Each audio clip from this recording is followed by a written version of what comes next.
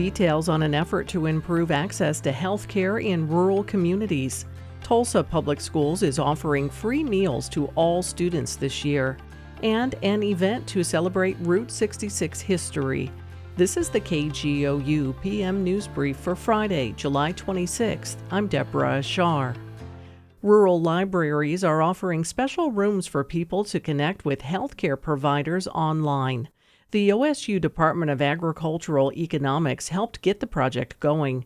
Details now from Oklahoma Public Media Exchange's Anna Pope. Special rooms or booths in the Atoka, Broken Bow, Hinton, and Okemah libraries have been for telehealth.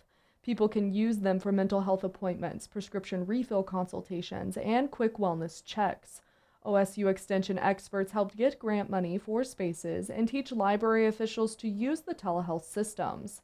Healthcare accessibility continues to be a problem in rural spaces because people face barriers such as traveling longer distances to receive care and provider shortages.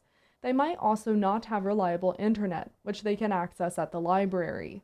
Extension officials say the spaces increase healthcare accessibility, offering a more convenient location. In Oklahoma City, I'm Anna Pope. All Tulsa Public Schools students will have an opportunity to get breakfast and lunch for free throughout the school year. Oklahoma Public Media Exchange's Ben Abrams reports district leaders hope to improve student outcomes through meals. The school district will be reimbursed by a U.S. Department of Agriculture program to feed students for free.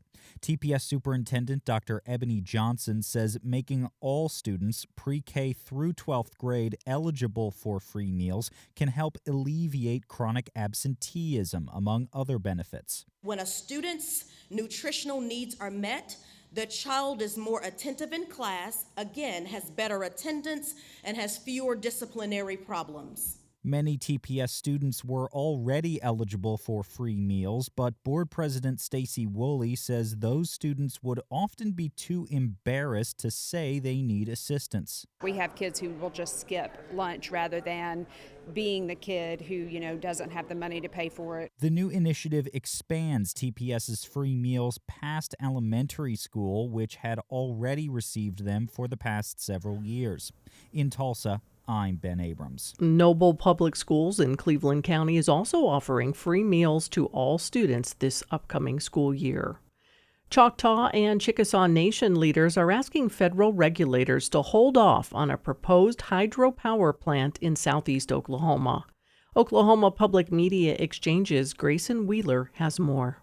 The plant would sit on the Kiamichi River in the Choctaw Nation's reservation. The project had a false start earlier this year when the Federal Energy Regulatory Commission rejected its letter of intent. Now, the commission has asked tribal leaders for preliminary comment on the license application for the project. Choctaw and Chickasaw leaders wrote back. Choctaw Nation Chief Gary Batten writes the proposal is at odds with a water settlement agreement between the Choctaw Nation and the state. The agreement, which went into full effect this spring after years of negotiation, establishes management practices for the waters of the Kiamichi Basin and addresses environmental concerns. The Chickasaw Nation also has treaty rights to waters in the Kiamichi River system and is part of that settlement agreement. Governor Bill Anatubby writes the hydropower plant hasn't made enough effort to inform residents about the impacts of the plant. I'm Grayson Wheeler. The Oklahoma Route 66 Museum in Clinton is opening a new exhibit tomorrow while honoring two Oklahomans. The new exhibit is called Discovering 66. Two Oklahomans who have contributed to preserving the history of the historic Route 66 will be inducted into the Oklahoma Route 66 Hall of Fame. The museum will be open from 9 to 5 tomorrow. The induction ceremony begins at 2 and is free and open to the public. You can find more Oklahoma news on our website, kgou.org. and on the KGOU AM NewsBrief podcast. I'm Deborah Ashar. Here at Shortwave Space Camp, we escape our everyday lives to explore the mysteries and quirks of the universe. We find weird, fun, interesting stories that explain how the cosmos is partying all around us. From stars to dwarf planets to black holes and beyond, we've got you. Listen now to the Shortwave podcast from NPR.